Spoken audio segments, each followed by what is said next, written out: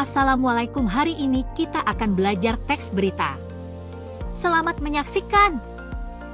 Teks berita disajikan secara objektif dan harus sesuai fakta, akurat dan terkini. Strukturnya harus terdiri dari kepala berita, tubuh berita, dan ekor berita. Teks berita memiliki banyak fungsi, di antaranya sebagai sumber informasi terkini, alat untuk membangun hubungan antara media massa dan masyarakat, dan alat promosi dan branding dalam dunia bisnis. Kepala berita berisikan 5W1H. Tubuh berita menyampaikan informasi mendukung yang penting. Ekor berita tambahan dari isi berita. Apa?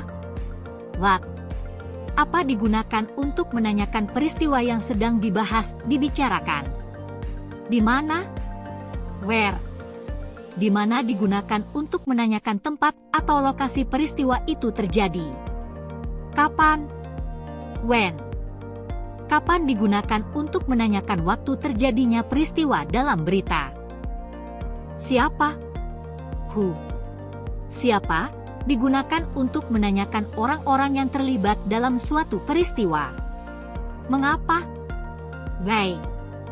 Kata tanya yang digunakan untuk menanyakan alasan atau latar belakang terjadinya peristiwa. Bagaimana? How? Bagaimana digunakan untuk menanyakan cara terjadinya peristiwa. Bagian ini biasanya diceritakan secara kronologis, sesuai urutan waktu kejadiannya. Kaidah kebahasaan teks berita. 1. Penggunaan bahasa yang bersifat standar, baku. 2. Penggunaan kalimat langsung. 3. Penggunaan kata kerja. 4. Penggunaan fungsi keterangan waktu dan tempat. 5. Penggunaan konjungsi temporal. Jenis-jenis teks berita. 1. Berita langsung, straight news. Jenis berita langsung atau straight news adalah berita yang berisi informasi terbaru dan diberitakan dalam waktu dekat setelah peristiwa terjadi, biasanya tidak lebih dari 1 atau 2 hari.